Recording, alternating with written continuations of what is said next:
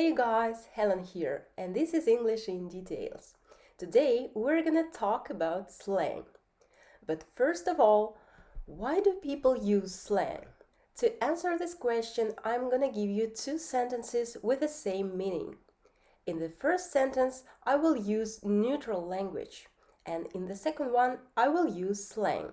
So the first sentence, my computer is not functioning properly, and the second sentence, my computer is totally out of whack. So, can you feel the difference? The second sentence apparently has a lower, more colloquial register, which is why we should keep in mind that slang is appropriate only in informal situations. Although slang is not always appropriate, it is interesting and necessary to learn it and will help you better understand native speakers. And now let's move on to our slang expressions. Number one, to piss off means to annoy somebody or to make somebody very angry. For example, my boss really pissed me off when he demanded that I redo my report. Hey, baby, try not to piss off any old ladies today, okay? The next slang expression that you can often come across is don't sweat or no sweat. We can use these expressions when we want to tell somebody that they should stop worrying about something, but in very informal situations, of course. Here is an example. Your friend says, "Oh, I'm so nervous. I'm having an important job interview tomorrow." And you can respond with something like, "Oh, don't sweat. I know you will do perfectly." Oh, don't sweat it. It's okay. 3. A real doozy means something extraordinary or something outstanding of its kind, either in a positive or negative way. For example, I've seen many shows, but the Lady Gaga show that I saw yesterday was a real doozy. This means that the show was quite something and I've never seen anything like that before.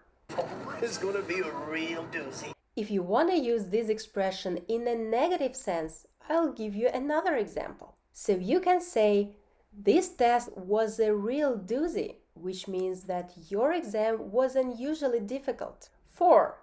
Knock it off, a rather stern command that you can use when you want somebody to immediately stop whatever they are doing. It means that we are really pissed off by somebody's actions, so we can no longer tolerate them. For example, two kids start fighting on the playground, and you're afraid they can injure each other. Naturally, some general soothing phrases are out of place here, so it's the right time that you yell, "Knock it off, you two!"